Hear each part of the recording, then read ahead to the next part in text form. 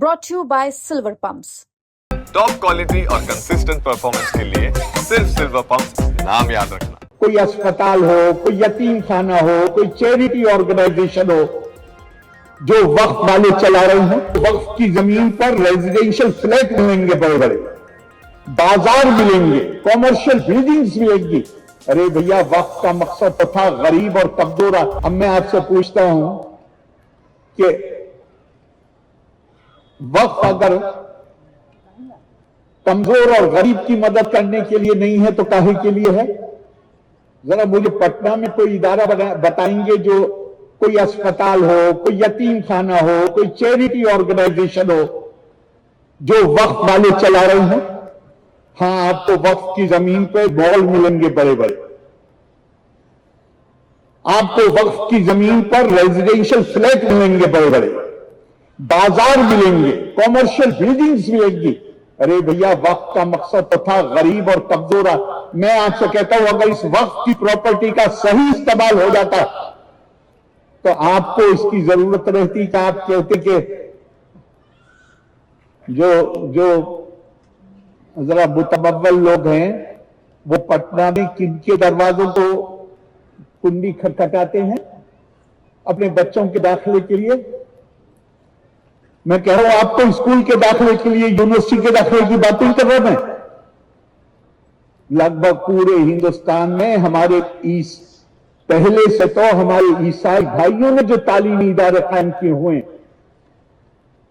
चाहे जिस कम्युनिटी का आदमी हो, जुलाई और अगस्त के महीने में उनकी खुशामद पता भूगता है कि हमारे बच्चे को एडमिशन कर लीजिए। और अब पिछले 25-30 साल से मिशनरी के अलावा दूसरे स्कूल भी आ गए और बड़ी तादाद में आ गए। लेकिन कोई वक्फ वालों ने भी कोई स्कूल बनाया पटना में? अगर पता हो तो आप मुझे बताइए, खास तौर से गरीब बच्चों के लिए। और मैं एक बात आपसे बढ़ के कहता हूं, मौलाना दानियाल साहब यहां बैठे हुए हैं, यकीनन उन्हें हिफ्ज है कुरान। यहां और भी लोग होंगे, अगर मैं गलत कहूं तो अभी टोक दीजिएगा। वक्त का लफ्ज कुरान हकीम में नहीं आया, लेकिन कुरान भरा पड़ा है, खर्च करो, खर्च करो, खर्च करो। कमजोर के ऊपर, गरीब के ऊपर, बेवा के ऊपर, मिस्कीन के ऊपर, मुसाफिर के ऊपर, जो कर्जे के बोझ से दबे हुए हैं उनके ऊपर खर्च करो। और सूरह तौबा में 9 बातें दिखाई गई हैं कि सदके का, ज़कात का पैसा इन पर खर्च किया जा सकता है। उसमें क्या है? इन्नमा सदक़ातु लिल फुक़राए वल मसाकीन वल आमिलीन वब्नि सबील 9 है।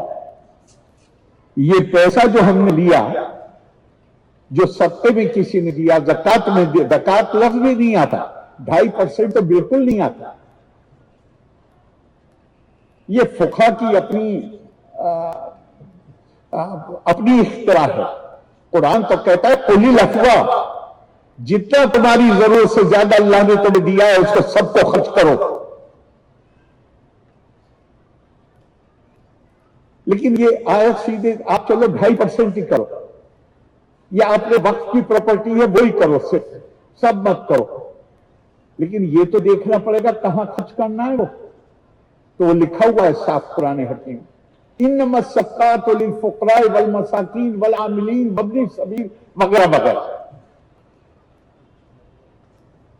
मदीने में एक यहूदी खड़ा हुआ, बूढ़ा आदमी, भीख मांग रहा था।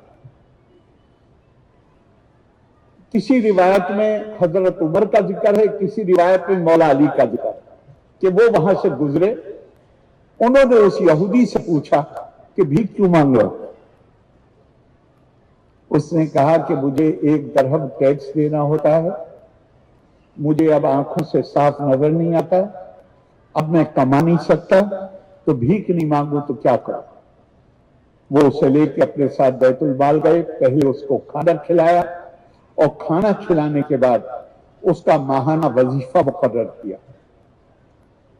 अगले दिन मस्जिद में नमाज के वक्त एतराज हुआ, कहा गया कि ये पैसा आप एक गैर गौर और कीजिएगा अल्फाज पे, یہ پیسہ آپ ایک غیر مسلم کو کیسے دلوا سکتے ہیں؟ تو انہوں نے جواب دیا کہ قرآن کو اس کا اندازہ تھا کہ تم یہ اعتراض کرو گے، اس لیے قرآن نے کوئی شک اور شبہ نہیں چھوڑا۔ آیت کو غور سے پڑھو،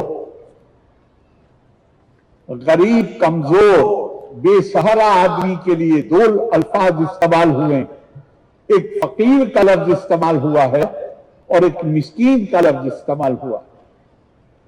قرآن نے اس میں کوئی شبہ نہیں چھوڑا، فقیر کا لفظ استعمال کیا ہے مسلمان بے سہارا کے لیے، اور مسکین کا لفظ استعمال کیا ہے غیر مسلم بے سہارا۔ تو صدقہ دینے والا کوئی بھی ہو، زکات دینے والا کوئی بھی ہو، وقف کرنے والا کوئی بھی ہو، اس سے ہونے والے فائدے میں غیر مسلم غریب کو بھی قرآن حکیم نے شامل کیا۔